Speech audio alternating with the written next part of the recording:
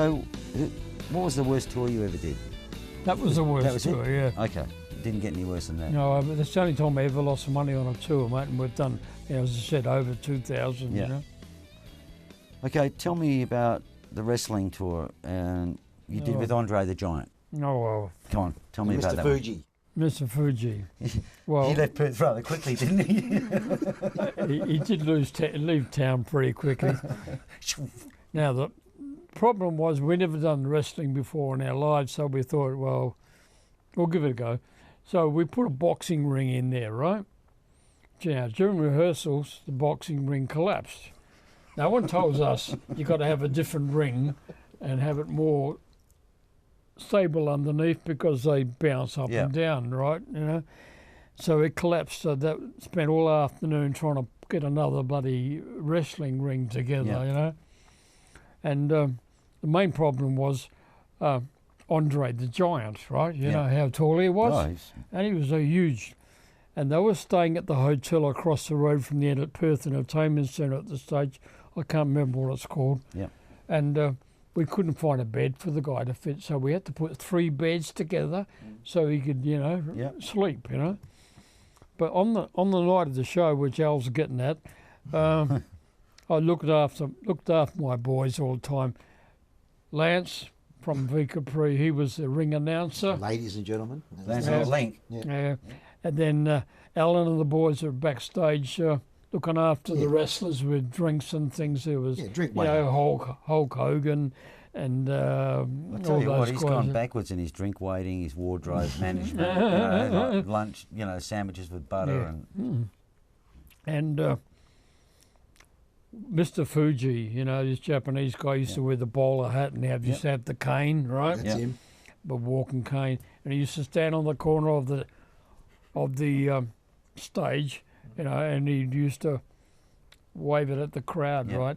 Or some night, someone in the crowd, I think they were friends of Simo's brother, right? Gary Simpson. Yeah. Oh, You know I don't know who it was. biggest shit stirrer Anyway, I know. they started spitting at him, right?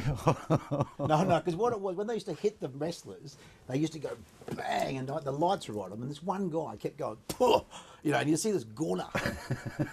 And because it sort of landed, and these young martial arts guys, they've all seen this, and because they've gone there, and set one back. It's a bit like mechanics at the White Sands when I was doing. There's just in the gunners 60s. coming in from every direction, right? And Mr. Fuji was getting covered in them because he didn't like it. So he turned around to one of my brother's young kids, who was just a nutcase, and said something. They're going to him, and Fuji just goes and he snapped and just went crack with this cane across his ear. And Des had to shuffle him out quick to the airport. Yeah, get him on the plane, get him out because the cops are looking for him, you know. Yeah. Now, they're talking about spitting at bands. The worst thing ever happened. You remember a band called Madness? Yes. Oh, we had them at the concert hall, right? Baggy trousers. And yeah, that's the boys. And there's, you know, skinheads, right? So now what happened that night was thousands of, not thousands, a couple of, probably about 1,500 skinheads, you know. Yeah. And Michael Chugg was there as well. And we said to him, okay, what we should do is we'll make them all take the Doc Martens off and leave them in the foyer, right? Because the skinheads are going to climb up on the seats. 1,500. Right? Now, those seats... 3,000 pairs of Doc Martens. Skinheads. I think this is a good idea.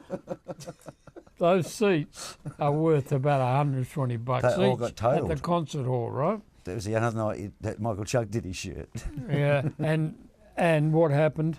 The first 5 rows of seats got flattened. So Chuggy just did his nana. He says, I'll fix them. So he come out the foyer with his hundreds of bloody Doc Martens there, and he shuffled them all up, didn't he, right? So at the end of the show, they come out looking for their boots, didn't they?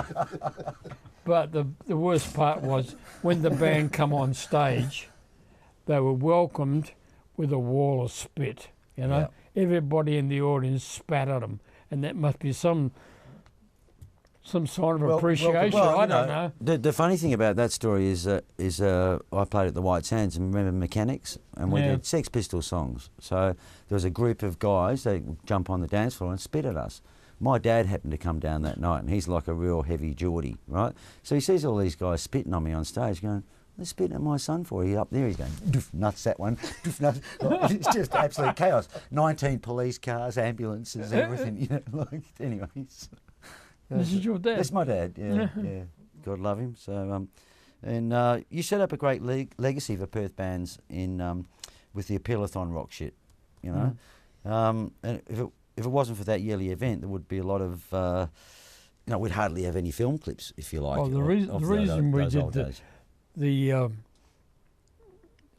the Appeal-a-thon show was for two reasons: to raise money for the kids, right? Which we did. We raised thousands over the years, and also having the bands involved, it helped them promote their profile, right? Because every one of the bands, we went out and actually filmed them at a gig, and we used the film footage to make TV ads and things like that, right? Then we had them on the panel, and I had to produce like 7 hours of TV, you know, which No, it's a took tough a lot job out of you. producing, Des, I'll tell you. It's a tough one. You know. Excuse me, what? Was Monday your favourite day back then? I'm sorry? Was Monday your favourite day back then? Because Oh, payday? Cash. Well, my favourite day, I had to pay all the bands, didn't I? No, we but didn't it was get a paid good. till It was a good Tuesday. day because it was a day you could communicate with the bands. Yeah. They all come in and talk to you, right? And you used to give them their worksheets, time where they're working the next week and things. You know. Yeah. So your book that we've touched on, obviously a lot of these stories are in the book. Oh, there's a lot of stories in that book. When will the book be released, Des? Well, hopefully before Christmas. It's all been finished. I'm just waiting for the publisher now, right? Yeah. There's lots of photos in it. There's hundreds of photos in it. And there's some photos of some tours and a lot of the good local bands. Yeah. I mean, there's photos of you in there, I'll Gary, definitely and buy there's the book. photos of Semo in there when he was young, you know. Long time ago. Yeah. So your daughter has a very successful chain of fitness clubs. What's the name of the fitness club and where are they situated? Rochelle, yeah. Rochelle, as we probably all know, was in the Australian swimming Yes. team. She was a member of that team for 7 years, and she went to the Commonwealth Games, and she went to the Pan Pac competition in Japan, represented Australia, and she was in the World Cup team for I think it was 6 or 7 times, and went to Japan, France, England, all around the world, right? And she married a gentleman called Adam Bailey, who's Muay Thai fighter, kickboxing. Yeah. And Rochelle had been, you know, she'd had the qualifications as personal trainer and stuff, and she'd been working on the East Coast for years, and her and Adam got married, and they decided to open up their own gyms, you know, they're called Bailey Fitness, and they're doing extremely well. They've got one in Morley, one in Southern River, one in Baldivis, you know, and there's a couple other ones on the drawing board. They must have big electricity bills there. I'll have to talk to sorry? them. They must have big electricity bills there. I'll have to talk to them huge. sometime about reducing that. Electricity bill. You're in. Yeah. Okay, do you have any questions, Al, for Des? Or Oh, I've got one that I like to say. you want to ask us some questions? No, I just want to tell a story about Simo trying to sing, right? He's never sung in his life before, right? He's a drummer. Yeah. Right? Just. Well, we had V Capri on a promotional tour of Melbourne and Sydney, right? And there was Alan, Damien and Lance stayed in Melbourne with me, while Todd and Mick.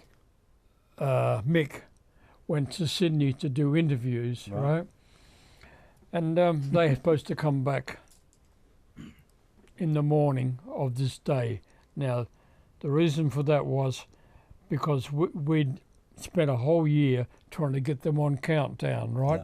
Yeah. Every band in the country was trying to get onto Countdown, right? And this is a big chance for Capri on Countdown, one of the first WA bands to ever make it on the TV screen, and you know.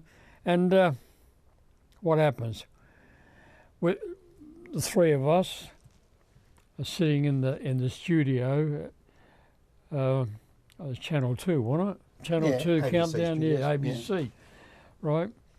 Because Molly Meldrum's the producer and the compere, isn't he, right? I got a phone call from Sydney. Mick and Todd have missed the plane. My God. I said, my God, what are we going to do?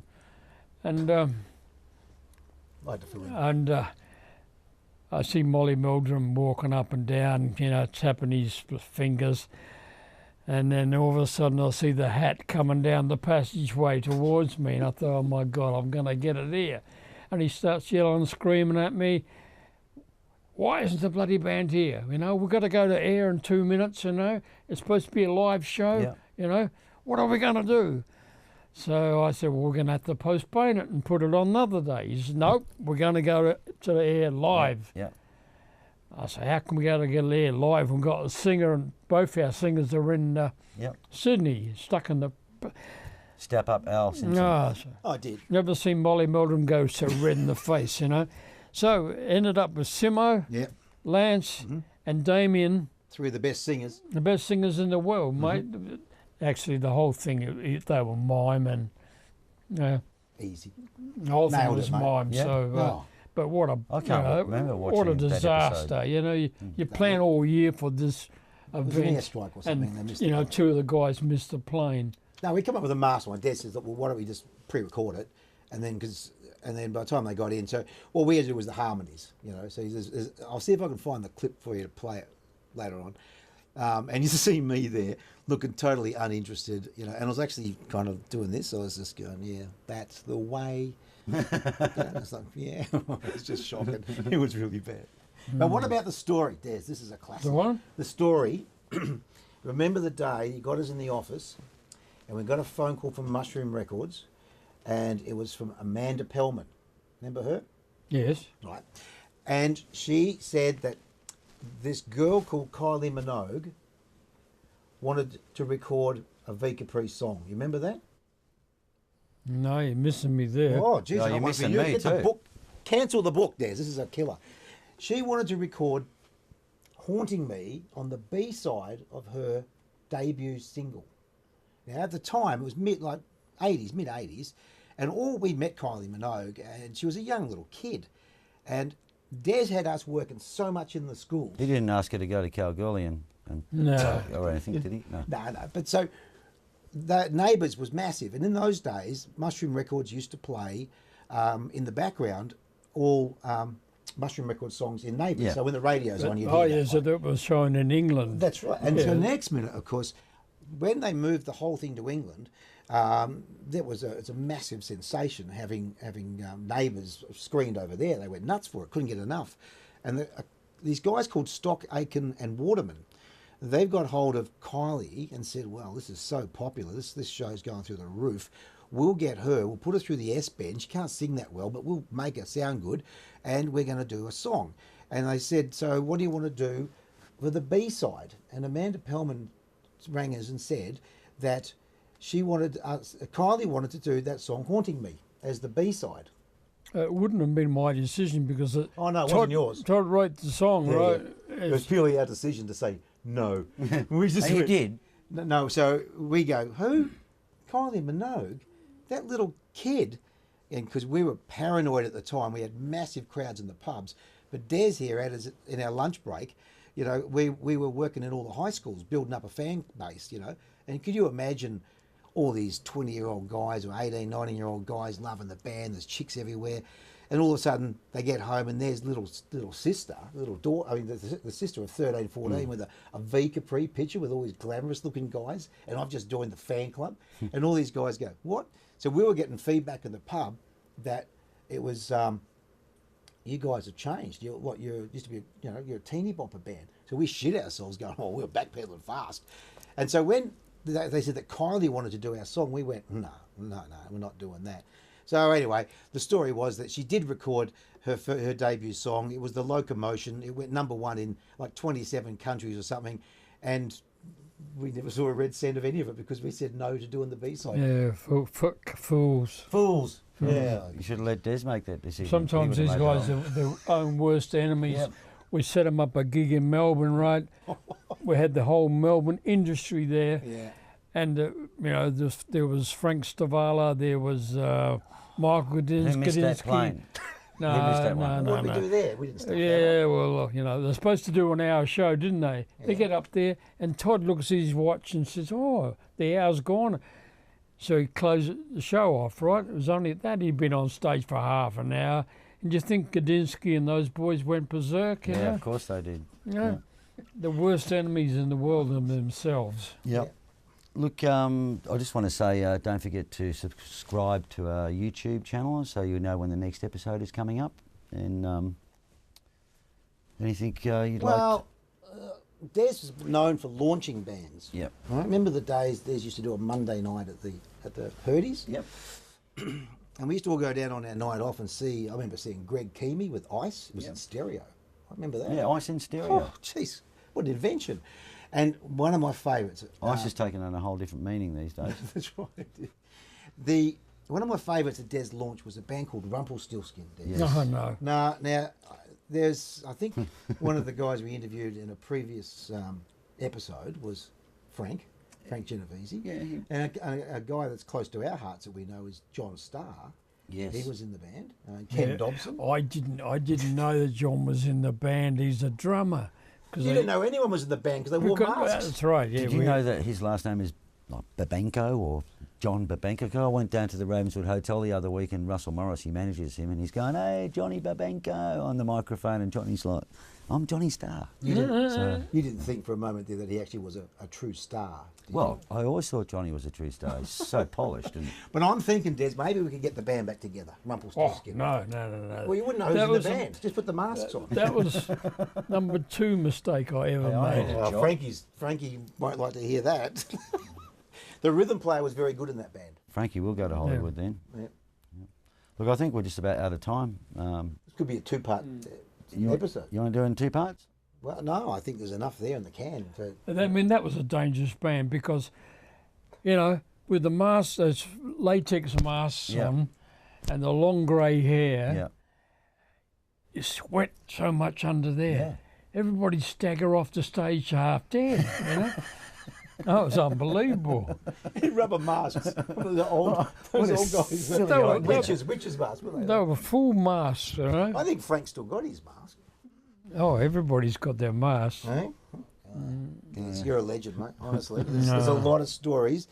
It's all in the book. It's in the book, so things that we haven't book. touched on, we haven't even scraped the surface, have we? Yeah.